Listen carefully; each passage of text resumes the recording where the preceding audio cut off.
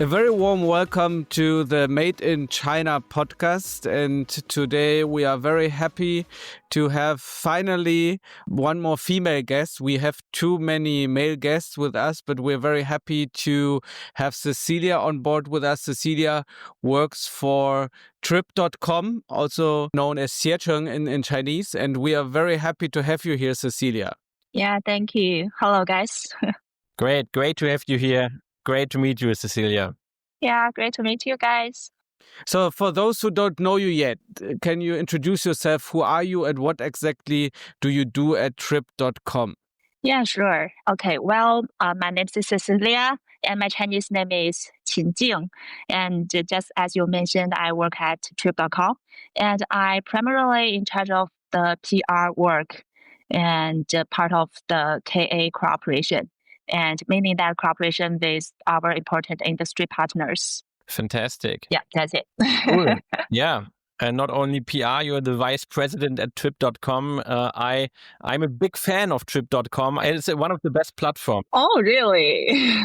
One of my friends told me, he loves the integration, how well it's integrated with all of the features. Wow. Last time I was buying a flight on Trip.com was less than 24 hours ago, yesterday evening. Oh, really? Where are you going? I'm going to Vietnam in February 2026. Wow. Exactly. Wow, that's amazing. Thank you for using our Exactly. platform. I'm having a lot of points on Trip.com. But you have been now with the company for over 7 years. What has changed the most at the company over that period of time? Yeah, that's right. I have joined the Trip.com in like 8 years ago, and meaning has been over 8 years now. And the company has evolved in so many ways during this time. And I think the biggest change is that Trip.com has become a truly international company. Just as you mentioned, you just use our platform to book a flight. But when I first joined, everyone in the company was focused on the overseas expansion at that time. So looking back, the setup was not only far-sighted, but also a reflection of who the company was and who it could be. And there was two key moves. Firstly, we bought a scanner in the UK, and it's a global flight search platform. I think you know that. And they give us instant access to global users, actually. Yeah. And second, we invested a lot of international companies. For example, like Make My Trip in India. Yeah. But actually, we just sold a lot of shares in the past months. But what we did, and actually that got us into the huge Asian market. And back then, the company invested so much into our overseas expansion. And we were well prepared and we are ready to make moves. After tourism rebounded in 2023, internationalization was firmly back on the agenda. And now our international business grows by over 100% every year. And actually in the second quarter of this year, our overseas business surpassed China's outbound business. And that was really impressive, I think.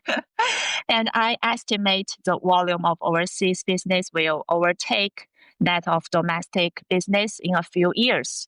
So now I think it's fair to say that we, Trip.com, are truly an international company. Yeah. Yeah, that's a very interesting development. And also the Chinese tourism market is very, very special. And from your insider point of view, how would you describe the Chinese tourism market in 2025? Yeah, and honestly, 2025 is, I think, a turning point for the Chinese tourism market industry. Because in the past, the tourism industry mainly relied on domestic demands, as you know, yeah.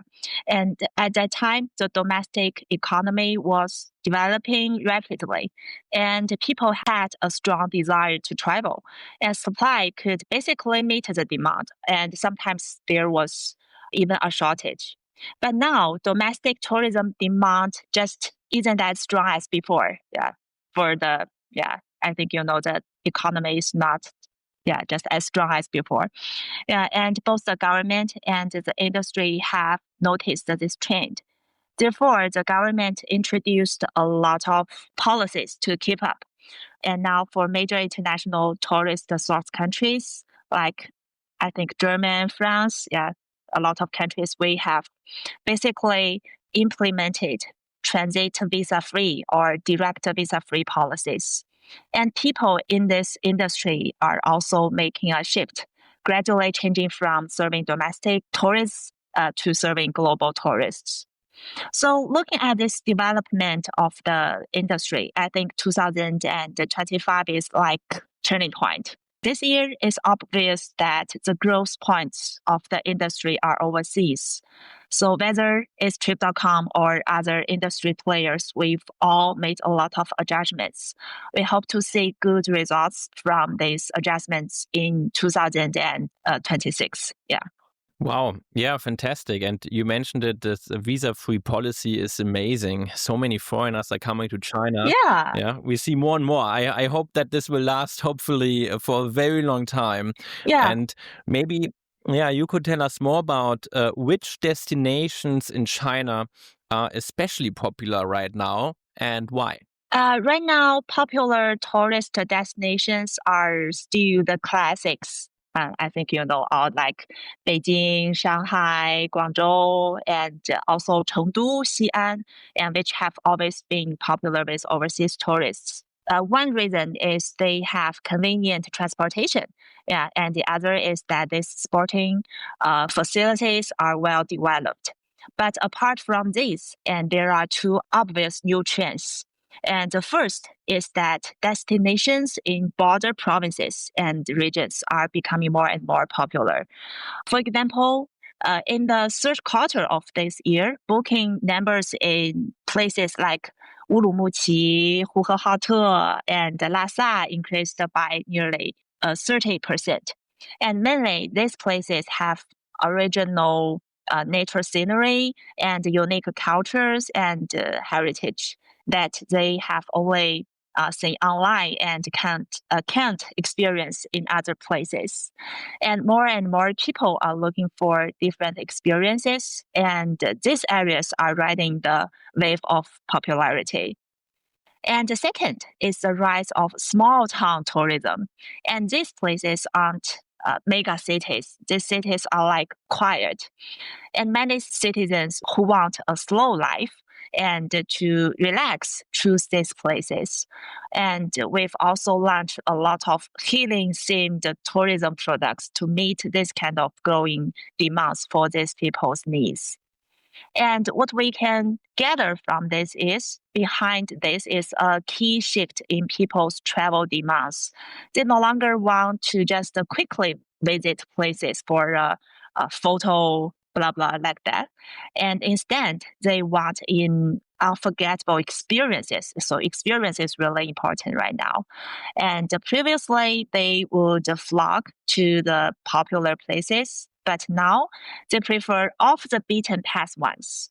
They just want to find a deeper meaning, the true essence of life per se. So yeah, during their travels, yeah. And in a nutshell, whether it's unique culture experiences and outdoor adventures to China or experiencing local cultures in long haul overseas destinations during outbound travel, people now want more personalized and more immersive experiences. This change in demand also gives the industry new opportunities instead of competing in a homogeneous way and having a ineffective over competition, and it can create new, more valuable experiences benefiting the industry and the tourists. It's a great time for the industry in this regard, I think.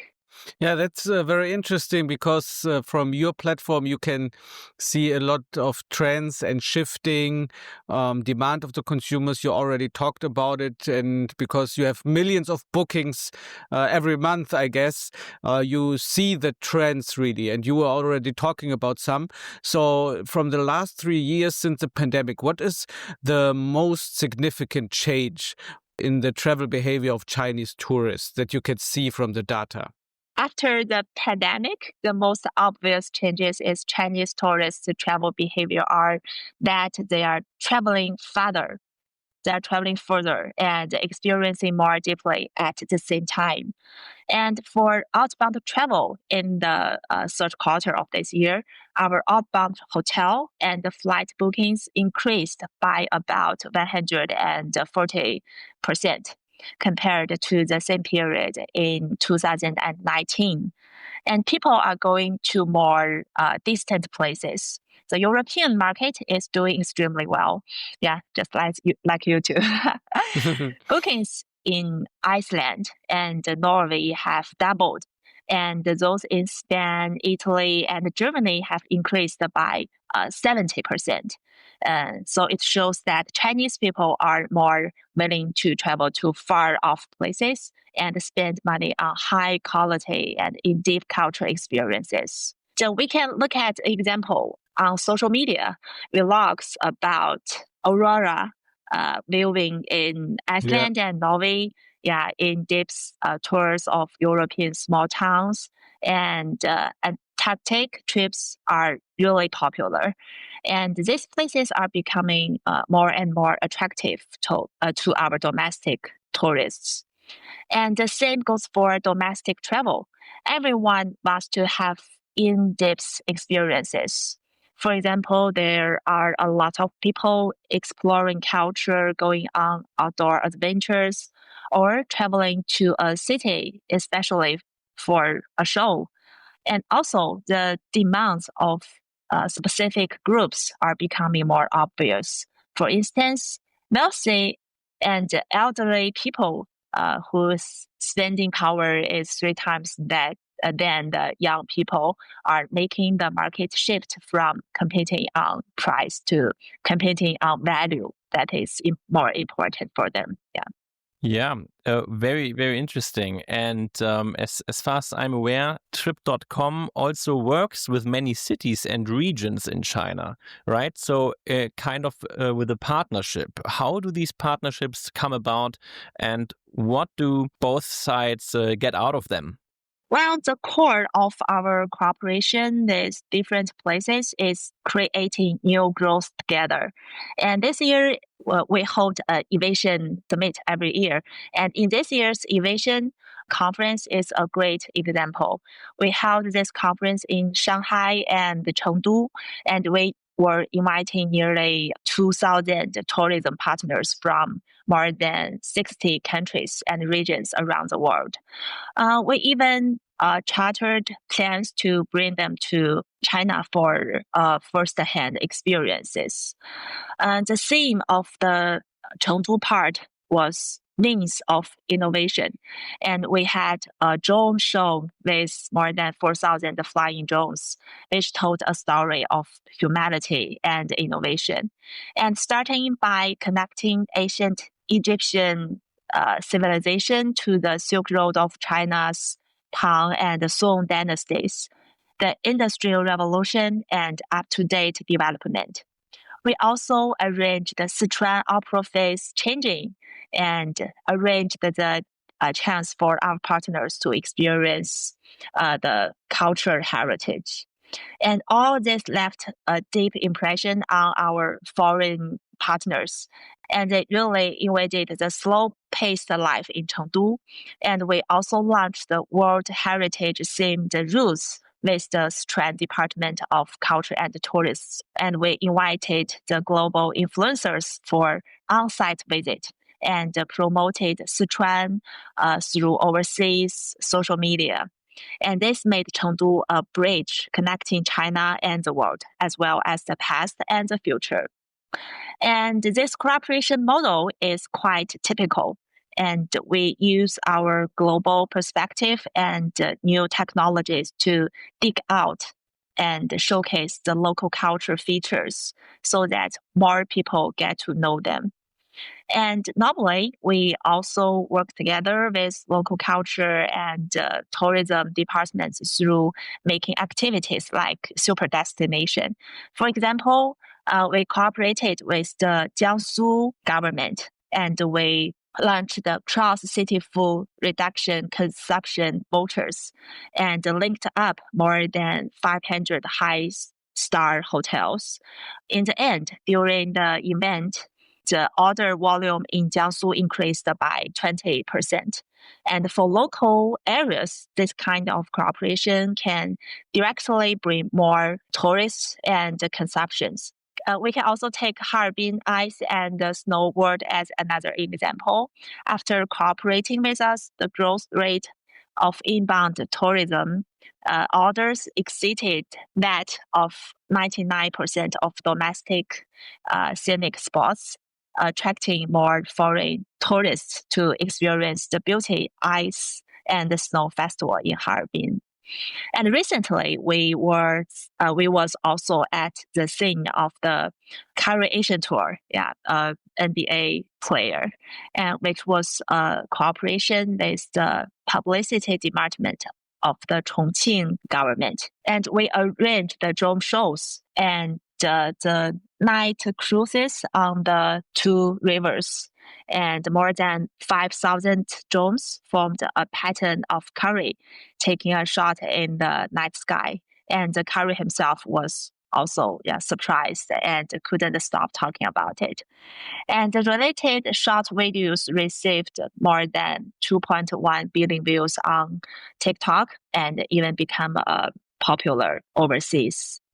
And for Trip.com, cooperation with different places of all levels can enrich the high quality resources on our platform, as well as increasing its diversity, making users more willing to use our products. And at the same time, it can turn seasonal tourist hotspots into long-term economic drivers. And this is also our social responsibility, I think. And I think it's a win-win situation. And for the overseas cooperation, for example, we cooperated with Azerbaijan, and we launched in DIPS routes and invited KOLs for on-site visit. And this not only helped Azerbaijan open up its market, but also enriched the products on our platform. And we've also cited a long-term cooperation with the Singapore government. And to do this, we analyzed user preferences through big data and launched the Hard for Singapore campaign, making Singapore a popular destination for high-end leisure travel in Southeast Asia. As well as this, in April this year, we cooperated with Italy to launch an exclusive Visa Express service. And we're providing 24-hour appointments, one-on-one guidance, simplified materials, and a full refund in case of visa rejection. And this made the visa no longer an obstacle to travel, but a simple step toward an unforgettable experience, I think.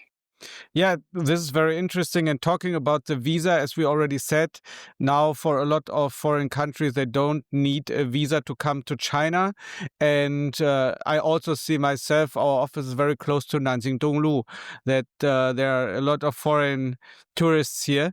So what measures has Ctrip taken to promote inbound tourism for foreign tourists? There is a definite big increase in international tourists are coming to China. Trip.com has done a lot to make sure they have not only a great trip, but also a smooth trip. Yeah, that is more important. For example, we opened the world's first Taste of China. It's a restaurant. It's an immersive restaurant. And yeah, I went there. Oh, really? Oh, yeah, I remember that. Yeah. Yeah. Yeah, I think it's not just a meal, actually. It's 2 hour food experience that gives people a taste of different parts of China all at once. We have a panda chef named Cheng Baobao, as a guide. I think you still remembered it. Yeah. And through 7 dishes, it takes people on a tour of 7 regions in China. Like when having Peking duck, you can feel the northern part of the Chinese delicious food culture. Yeah. And when having the sour soup fish, and you can picture the scenery of the Lijiang River. And this is a reflection of the immersion I mentioned earlier. Yeah. And there are also performances like water sleeve dance and the Sichuan opera face changing during the process.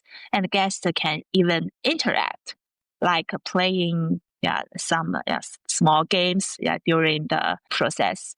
And we just want people to get to know China through food first.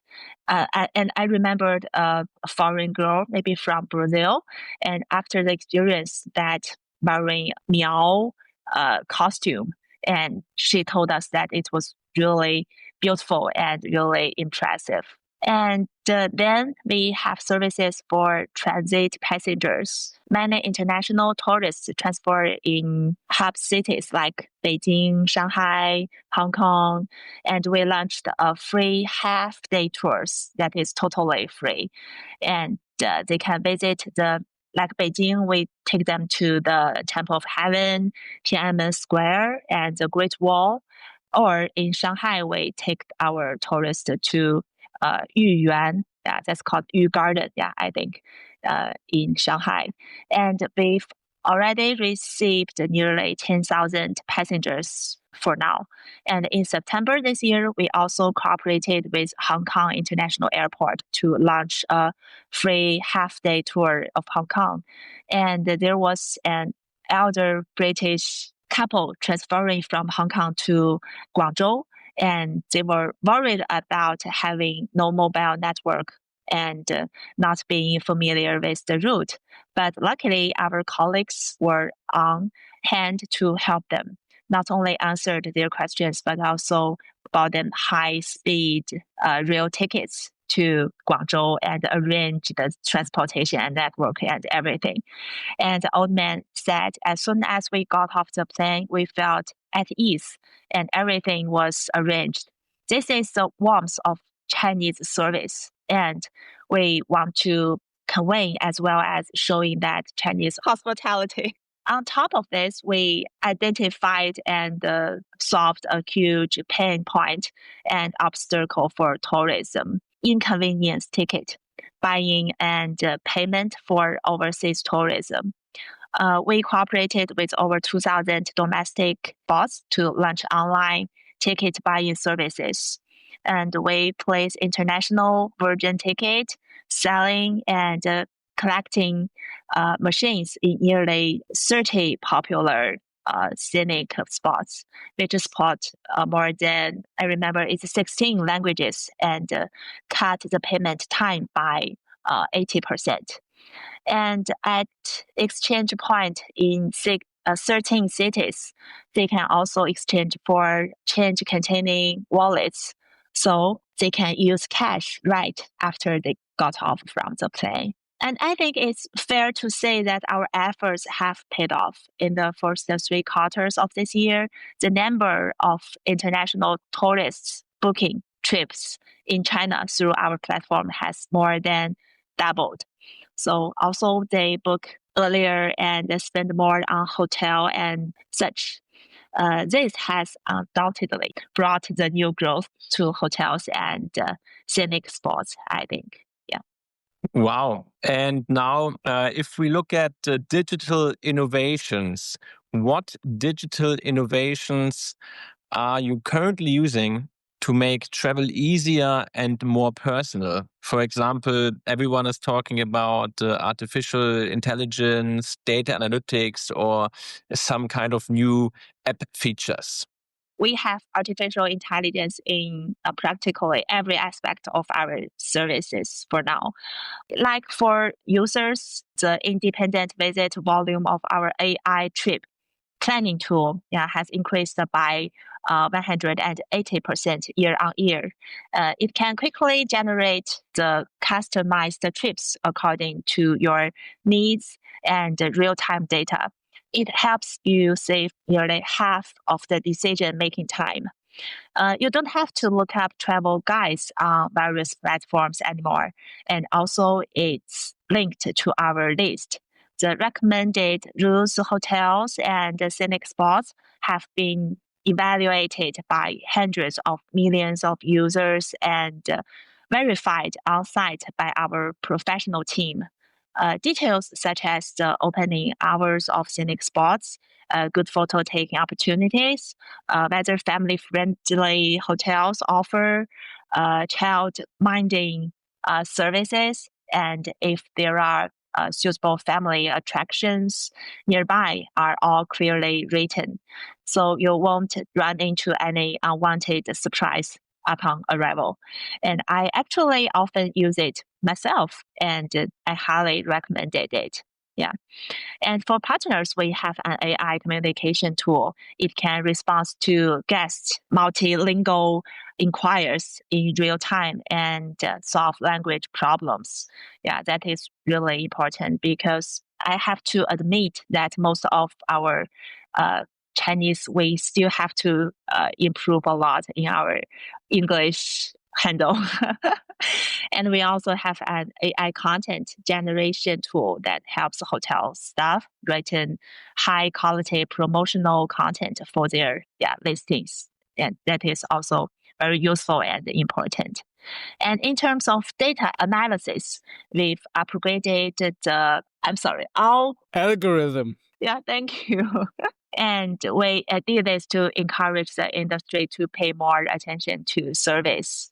And simultaneously, through content products like the Trip.com community, we can capture emerging destinations and travel ways, making it easier for everyone to find the travel inspiration. And to conclusion, I think these digital innovations are making the travels of global tourists more enriching, more rewarding, smoother, and easier.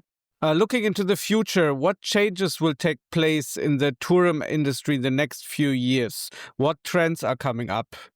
Yeah, that was very interesting question. And I think looking to the future, I think the most interesting change in the tourism industry is from pre-planned consumptions to the interactive experiences.